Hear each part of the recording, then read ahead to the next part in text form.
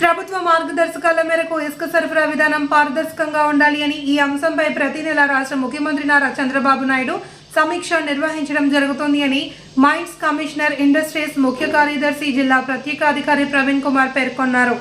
స్థానిక collector camp కార్యాలయంలో DLSA సమావేశంలో జిల్లా కలెక్టర్ అధ్యక్షత నిర్వహించగా ఆయన ముఖ్య అతిథిగా ప్రత్యేక అధికారి హోదాలో పాల్గొన్నారు. ప్రవీణ్ కుమార్ మాట్లాడుతూ ఉచిత ఇసుక సరఫరా విధానంలో రాష్ట్ర ప్రభుత్వం నిర్దిష్టమైన వ్యవస్థీకరణ విధానం అమలు చేయడం జరుగుతోందన్నారు.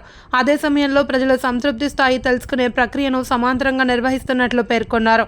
గతంలో ఇసుక టన్ను 475 ఉంటే ఏజెన్సీస్ 229 కోట్ చేసినా ఇంకా ఇసుక ధర 400 పైగా అమ్మడం ఏమిటని ప్రశ్నించారు. సాధ్యం కాని ధరను ప్రతిపాదించిన ఏజెన్సీస్ ఎందుకు ఎక్కువ రేటుకు అమ్ముతున్నారు అని ప్రశ్నించారు. ఇసుక సరఫరా విధానంలో 60% ప్రజలు సంతృప్తి వ్యక్తం చేస్తున్నారన్నారు. ముఖ్యమంత్రి ఇంకా మిగిలిన 40% మంది ప్రజలు సంతృప్తి వ్యక్తం చేయాల్సిన ఉందని, ఆ మేరకు చర్యలు తీసుకోవాలి అని ఆదేశించడం జరిగిందన్నారు.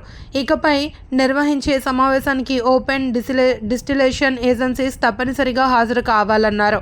ఈ సందర్భంగా ఇసుక సరఫరాపై IVRS ద్వారా వచ్చిన ఫిర్యాదులను సమావేశంలో వినిపించడం జరిగింది.